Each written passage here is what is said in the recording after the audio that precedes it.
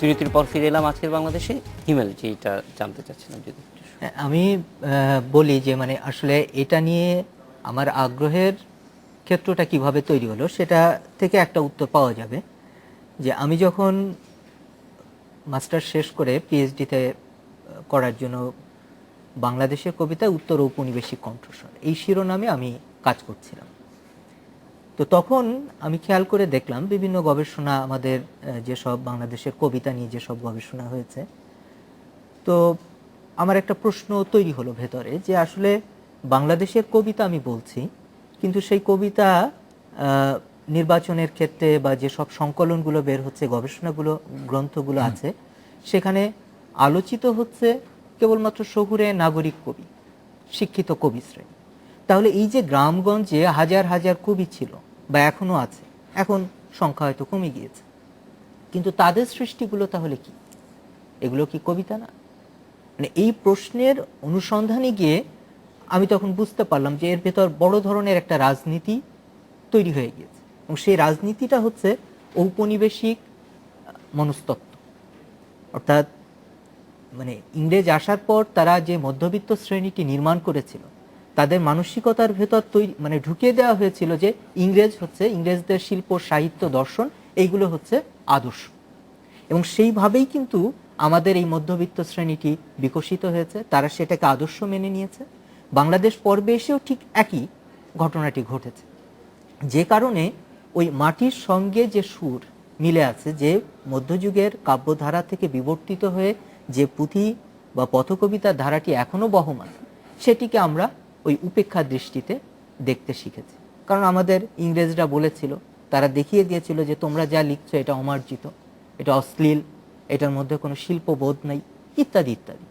ওই ভাবনাগুলোই কিন্তু আমাদের মাথায় এখনো পর্যন্ত গেঁথে আছে, যে কারণে আপনি দেখবেন প্রাতিষ্ঠানিক পর্যায়ে এই পথকবিতা এইগুলো কিন্তু ওইভাবে পাঠ্য নেই। সেই মধ্যযুগের কিছু টেক্সট, লাইলি মজনু, ইউসুফ জুলেখা, পদ্মাবতী, এইগুলোই পাঠ্য, কিন্তু তারপরে যে পুঁথির বিবর্তনটি ঘটেছে সেগুলো কিন্তু আর নাই। এবং আমাদের নাগরিক শিক্ষিত কবিরা তারাও কিন্তু এই ফর্মটাকে আর ব্যবহার করলেন না। আমি কেবল রুদ্র মোহাম্মদ শহীদুল্লাহর একটা কবিতা, রাস্তার কবিতা নামে, সেখানে তিনি এই পথকবিতার সুরটা বা ওই কাঠামোই তিনি রচনা করেছেন। আবু হাসান শাহরিয়ারের একটি কবিতা আছে, আহসান হাবিবের একটি কবিতা আছে ওই পুঁথির সুরে। তো এই যে মাত্র 2-3টি কবি, তারা একটু চেষ্টা করেছিলেন কিন্তু বেশি দূর এগোনি। তাহলে এই ধারাটা আমাদের কবিদের দ্বারাও কিন্তু পৃষ্ঠপোষকতা পায়নি। এটা নিয়ে মানে প্রতিভাবান কোনো কবি একে আরেক মর্যাদা দান করতে পারতেন, সেটি কিন্তু হয়নি। আর আমাদের বিশ্ববিদ্যালয়গুলোতে এই এখনকার পুঁথি পাঠ্য অন্তর্ভুক্ত না, কবিতার থেকেই বাইরে। মানে এগুলোকে আর কবিতা বলা হচ্ছে না, বলা হচ্ছে লোক সংস্কৃতি, লোক সাহিত্যের একটা অংশ। তো এই যে দৃষ্টিভঙ্গি, এই দৃষ্টিভঙ্গির বদলটি খুব জরুরি।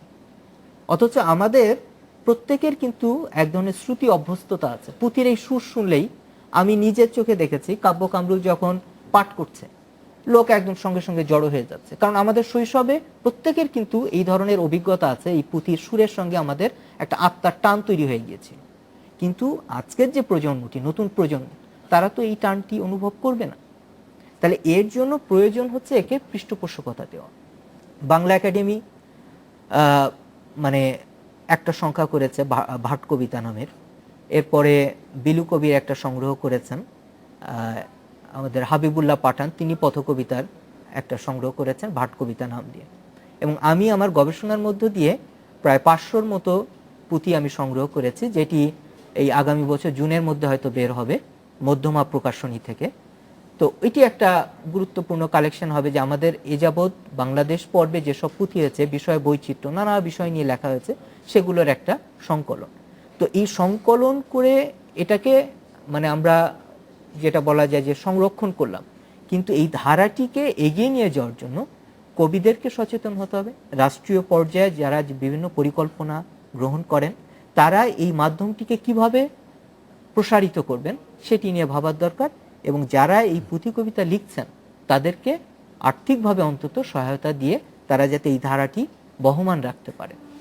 এখনো কিন্তু আমার জানা মতে যে কাব্য কামরুল তো আছেন, আওয়াল ভাই আছেন, তারপরে জালাল খান ইউসুফি, তিনি সিলেটে থাকেন, ঢাকাতেই থাকেন তিনি, তিনি এখনো লিখে যাচ্ছেন। তারপরে বগুড়ার আবুল কালাম আছেন, তিনি লিখে যাচ্ছেন। কেরানীগঞ্জের আছে গাজী মিজানুর রহমান, খুলনার লোকমান ফকির আছেন, এরা কিন্তু এখনো লিখছেন। তো এদেরকে যদি আমরা ওইভাবে পৃষ্ঠপোষকতা দিই, আমাদের কিন্তু আরো এগোনোর কথা, এবং আমরা মানে এখনো বলা যায় যে জিনিসটা বিলুপ্ত হয়ে যায়নি, এখনো যদি এটা ঠিক মতো নার্চার করা যায় তাহলে আসলে এই সাহিত্যের এই ধারাটা যেটি আমাদের নিজস্ব ধারা, সেটা আসলে আমাদের মধ্যে থেকে যাওয়ার সম্ভাবনা সম্ভব। হিমেল, আমরা একটা বিরতি নিয়ে এসে একটু আউয়াল ভাইয়ের কাছে আসব এবং আউয়াল ভাইয়ের কাছ থেকে জানতে চাইবো যে এখনকার অভিজ্ঞতাটা কি এবং গত ২০ বছরের অভিজ্ঞতাটা কি কি পরিবর্তন হয়েছে সেই বিষয়গুলো একটু জানতে চাইবো আউয়াল ভাইয়ের কাছে। একটা বিরতি নিয়ে ফিরছি। দর্শক, অতিথিরা আমাদের সঙ্গেই থাকছেন, একটু বিরতি নিয়ে আসছি।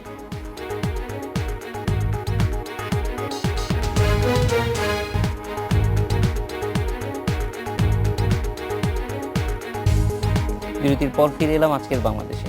আউয়াল ভাই, একটু জানতে চাইবো যে আগে যখন আপনাকে মানুষ বেশি দাওয়াত দিত, প্রায় প্রতিদিন যেতে হতো, তখন কোন কোন জায়গায়